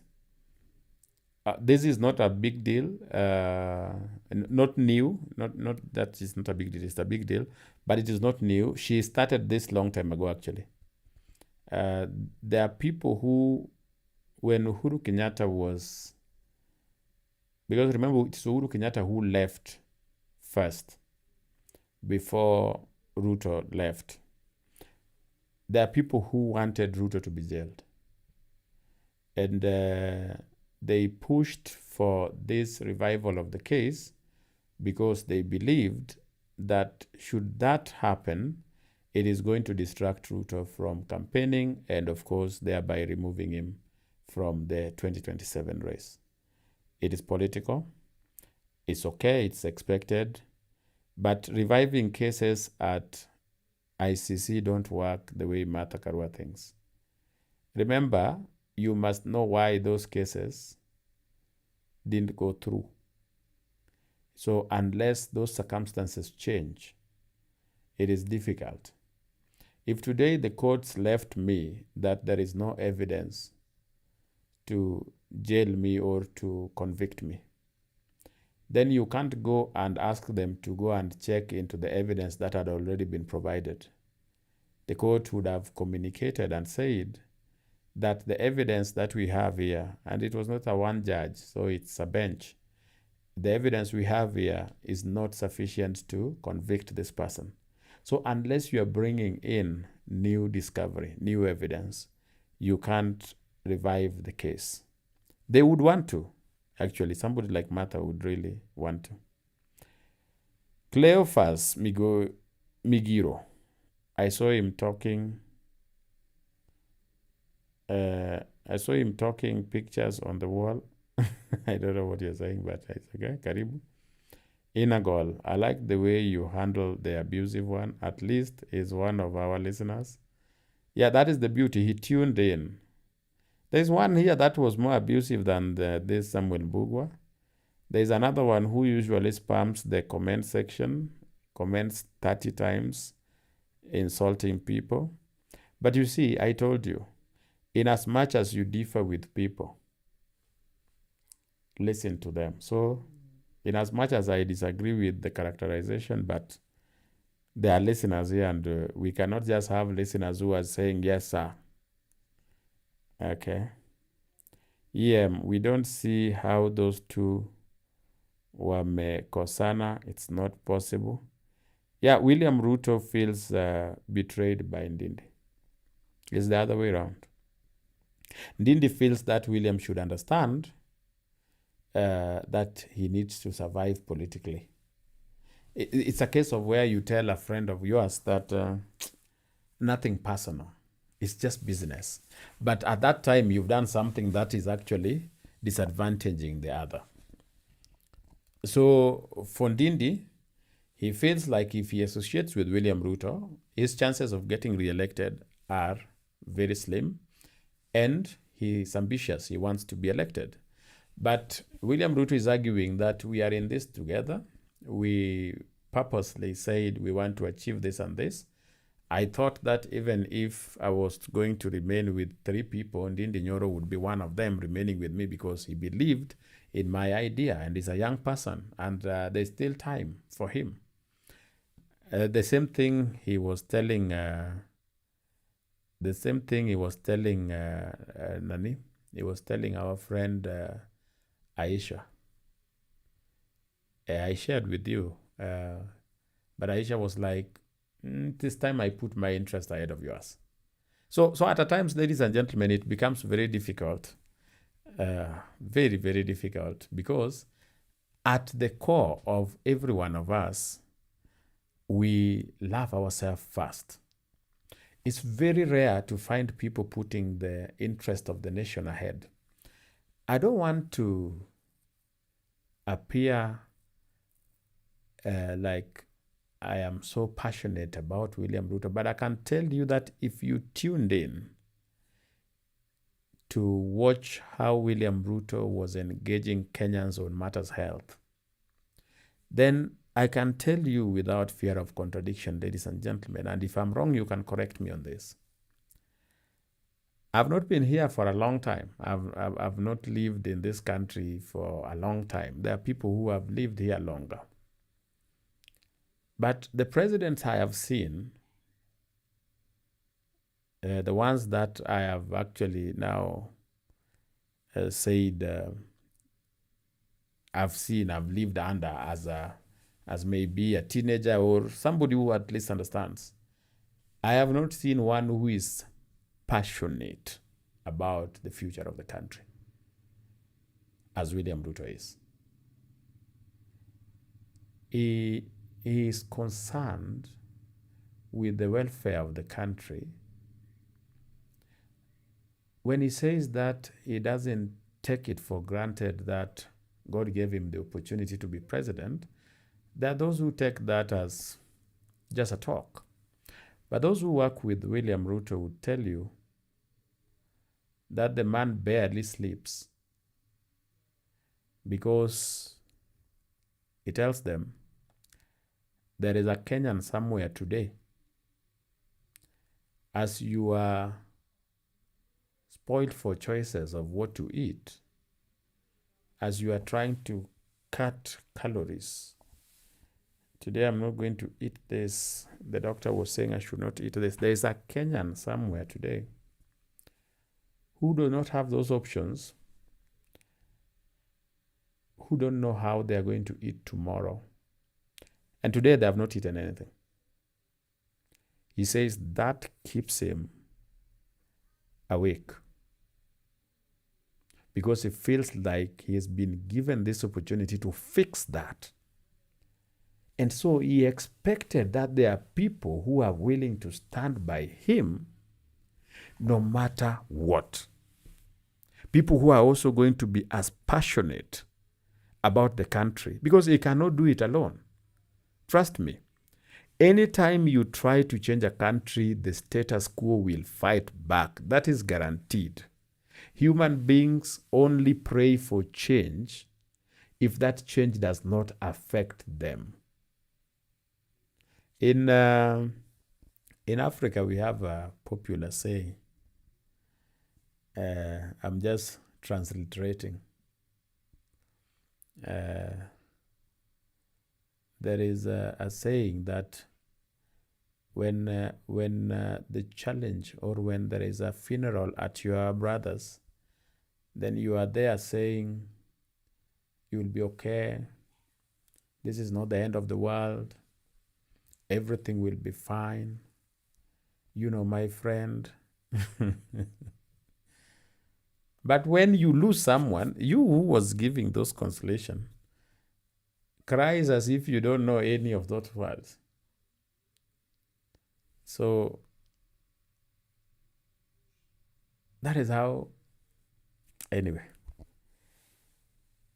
if you understand that from William Ruto's perspective, then you understand why he feels that Ndindi betrayed him. Because he believed that that young man had the same vision he has for the country. That person was going to stand by him. The reason why William Ruto was seen in that popular picture, there's a popular image where he was seen lost in thought after receiving the news of Raila Odinga's demise, is because Raila told him, we are going to fix this country and I'm behind you. If you need political protection to fix this country, I am going to give that political protection. And then that Raila Odinga was dead. So the people who are supposed to stand by him, that is why William Ruto values Aden Duale in ways you've never known.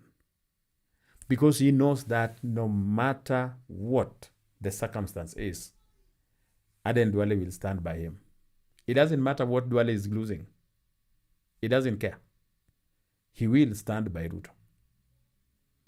And you see, William took him to health.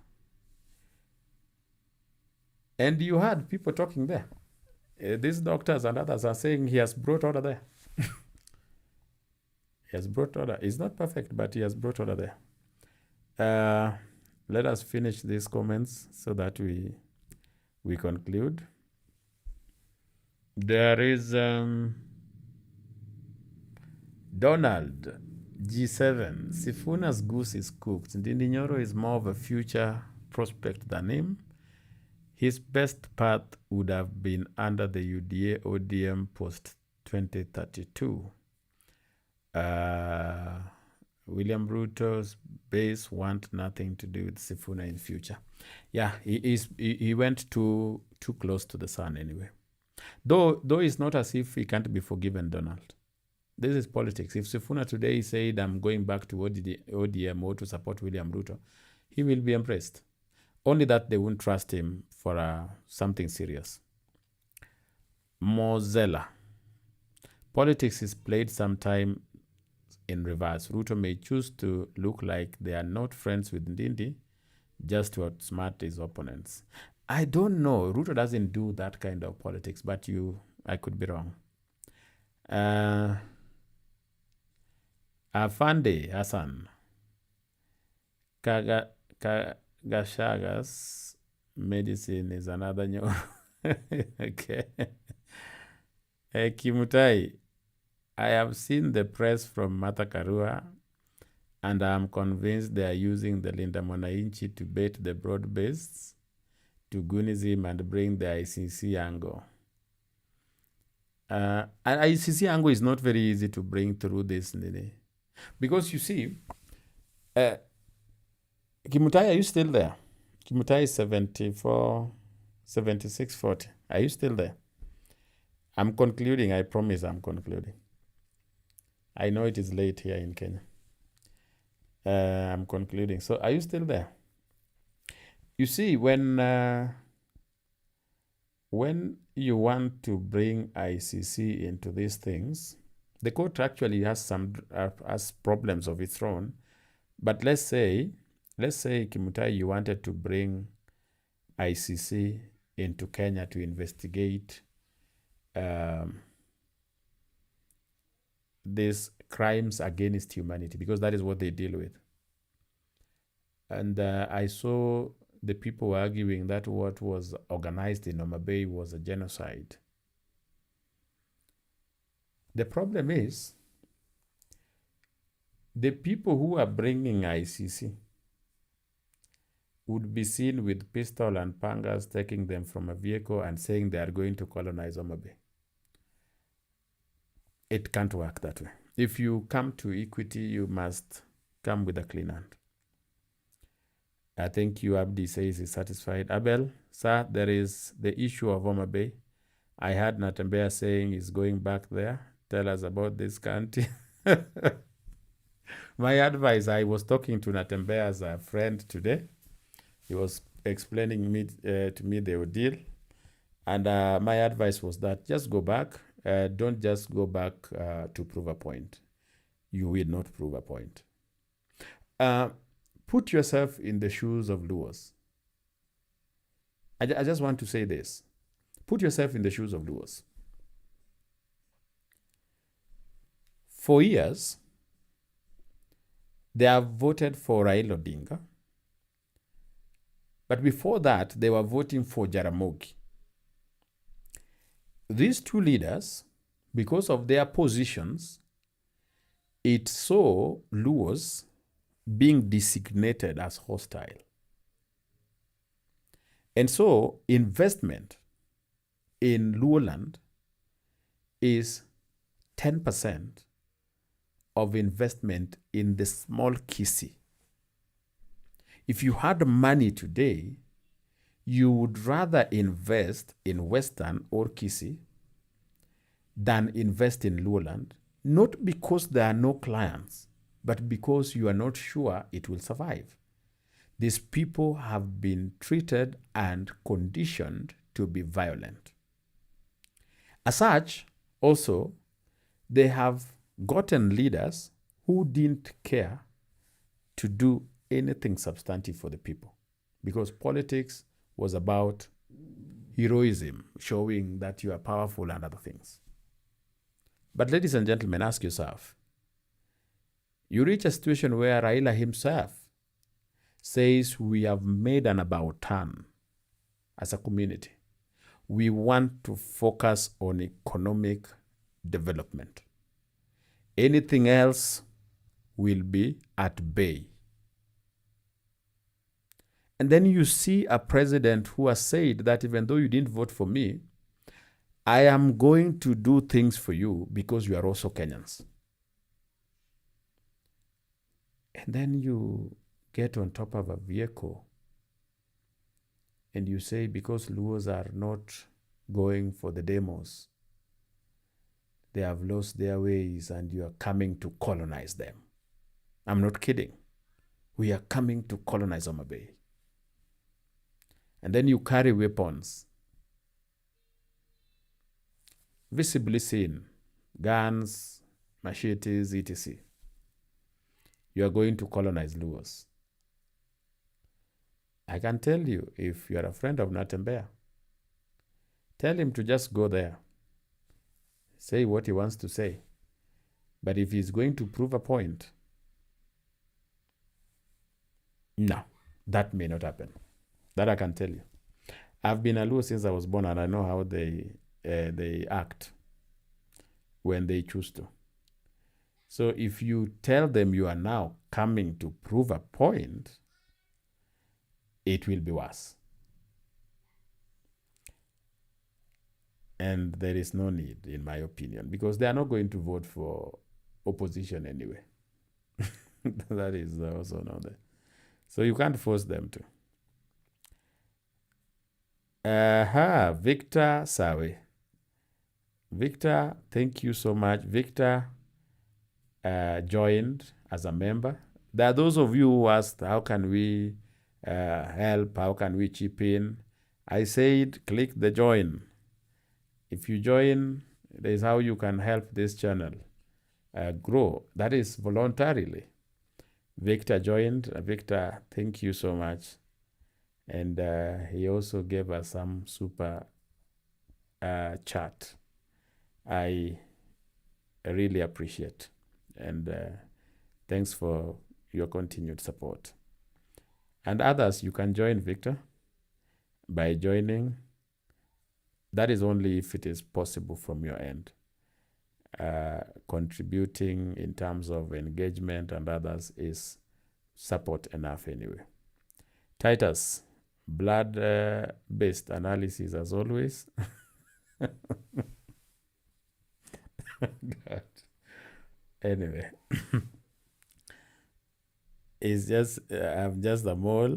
Okay, it's okay. EM, you are right. Ruto didn't run for president as ambition. He genuinely believed there is something he can do to help the people. That I can tell you he is.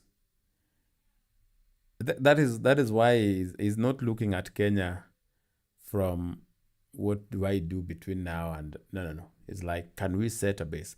I think where William Ruto had a change of mind is when he saw the potential they had with Uhuru Kenyatta that was lost. And I think he made a decision that when I get an opportunity, I will do something different. That's why he's making the decisions that are very unpopular, and he's saying he's ready to pay the price. There is something people don't know. He doesn't care if he doesn't go for a second term. All he cares about is that there is foundation upon which whoever will take over must build on to take Kenya forward. That's why most of the things that he's doing are anchored in law. So you just don't come with an executive order on day one and then rubbish them. There is Ekimutai, I think I had answered you. I hope you are satisfied. Sobuza, can Babu Owino win Nairobi? And under which party? Can he beat Gachagua, Sakaja, and the SportPesa guy? Yes, Babu Owino can win Nairobi if, listen to this, winning Nairobi is very easy. Every person who has won, I can give you this based on evidence. Every person who has won has needed the following: a political base and top-up vote. Only that. Political base, top-up vote. A base is a majority community in Nairobi. Unfortunately, in Nairobi, the base is only two communities in terms of voters, and that is Luos, Kikuyus. If you have Kikuyus on your side, that is your base. Then you look for top-up. Top-up is usually Kamba, Kisses, Luyas. So if you are Evans Kidero in 2013, you're vying for governor, and you get Luo as your base, top-up, you get Kamba, you get Kisses are with you, and you get Luyas. And you win, because in 2013, that was CORD, and CORD had those people. Okay? If you are Sonko in 2017, you are going against Kidero. His base, Kikuyu. His base was not Kamba. His base is Kikuyu vote. He's in Jubilee. That Kikuyu vote, he tops up with Kamba. He didn't have Luyas on his side, but something worked for him. For this Kidero, for this Sonko. I told you a significant number of Luos didn't vote for Kidero. They rejected Kidero because he was not very honest or loyal to Baba. So those ones also went to Sonko. That is how you come to 2022. You are Johnson Sakaja. How do you win? Simple. Get the Kikuyu as a base, not Luya. Okay? And that's why he's the only UDA guy who won. Wanjiru didn't win, and neither did the beautiful lady Omanga. They never won. So you are Sakaja, Kikuyu is your base. People are persuaded Sakaja is a Luya. Luyas are going to support him. He doesn't have Kambas with him, but there is a considerable number of Luos who are not going to support Rigathi. I can tell you that. So they support Sakaja. He wins. Babu Owino, if he gets the Kikuyus, Meaning, Rigathi says, okay, we want to just make sure Sakaja is not there. We bring Babu Owino. We hope he's going to be our puppet. They support him. He gets the Kamba. He gets maybe Luyas and some sympathetic Luos. Babu Owino is your governor. But if he doesn't get the Kikuyu vote, then he must get the Luo vote. And chances are that he will not get the Luo votes because the Luos are seeing that he has chosen to be with their enemies. They might stand with Sakaja. And if Sakaja gets the Luo vote and Babu Owino does not even have the Kikuyu vote as a base, Babu Owino is not even your number 2 in Nairobi. I have told him that. And of course, you know how he reacts.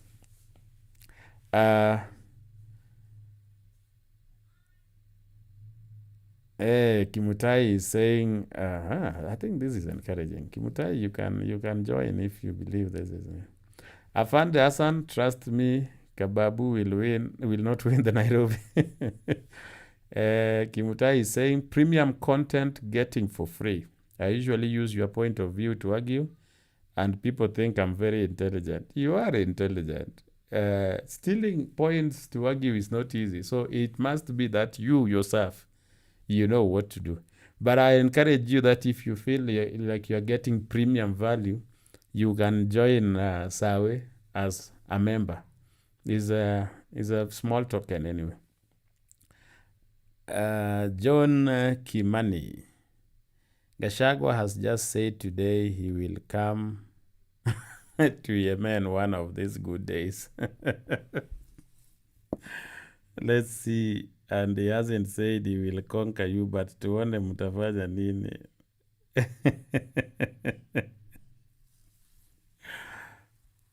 So Gachagua going to Omabay to campaign. He will be welcome. Remember, it's not as if you can't go to Omabay or to Luoland to campaign. That is a very bad notion. I said it matters why you went there. If you went there to prove a point and to colonize them, it will be difficult. But if you just went there to meet your people, and because not every Luo alive is supporting Ruto, you can still go there. William Ruto went to Kisumu in 2022. Of course, he was stoned. It was a very dangerous day for us.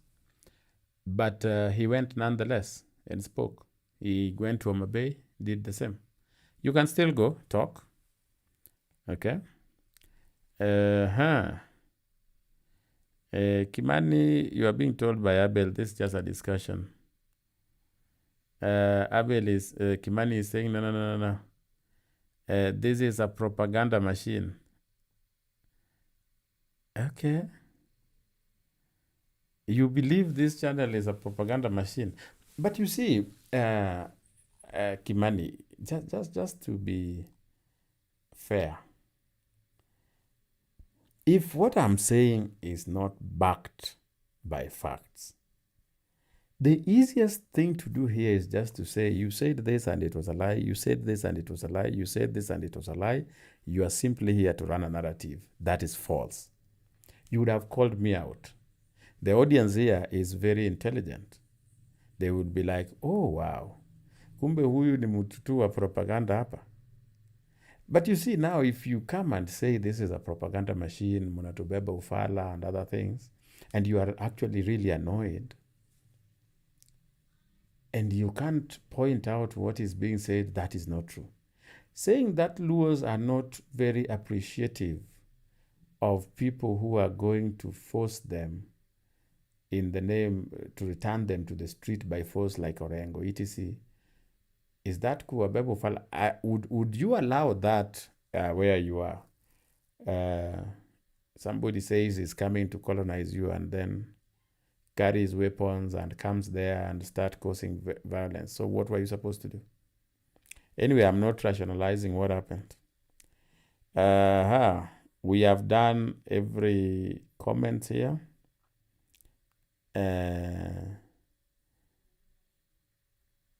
Kimani is talking to everybody, saying we need to save our country first before all this hate. Yes, We got our shortcomings, but this country isn't going the right direction. People, wake up. So people, you've had Kimani is asking you to wake up so that we can save the country. It is going the wrong direction. And remember, the country just started going the wrong direction when Ruto brought Luos into government, which is very unfortunate, considering those same Luos are expected to join in removing the same Ruto. It's a very funny country. Anyway, ladies and gentlemen, allow me to sincerely thank you for taking your time to watch. The poll that we had was the poll was that can Ndindi Nyoro replace Gachagua as Murima's kingpin? And 67 said yes, Ndindi is the future. 33 said no, Gachagua is here to stay. 140 people voted. I sincerely thank you all. Donald is asking the last question. Some you had mentioned there are people who will wait for Geoffrey press conference and believe all the lie. Our friend Kimani is one. Even if he's told, anyway, it's a free world. What I want you to know is that the audience they have is audience that is angry for that. I have friends of mine who are from diaspora. I always laugh when we have conversation, especially in the US. You can laugh. What they believe about this country, you'd be shocked. That is why they could even organize for a petition against their own country in the US Senate. Because what they have been told is happening here. You hear they call Omabe Yemen. No, I don't want to talk about Yemen. I believe Omabe cannot be Yemen anyway. And they only showed a road we are working on. They didn't go to the CBD and see a dual carriage highway in Homa Bay. And by the way, I dare you, every road within Homa Bay town has been done by this government. So it is something that is passionate for these people. The airport has been extended. It will now handle, they're just working on a few modernization of the terminal. And it will be a serious airport. Anyway, ladies and gentlemen, thank you. Today we spoke for 2 hours. I thank you for your time and for commenting, liking, sharing, and even supporting by joining as our friend Sawe did. Don't forget to share your views, even as comments. And ladies and gentlemen, let us meet in the next video, God willing.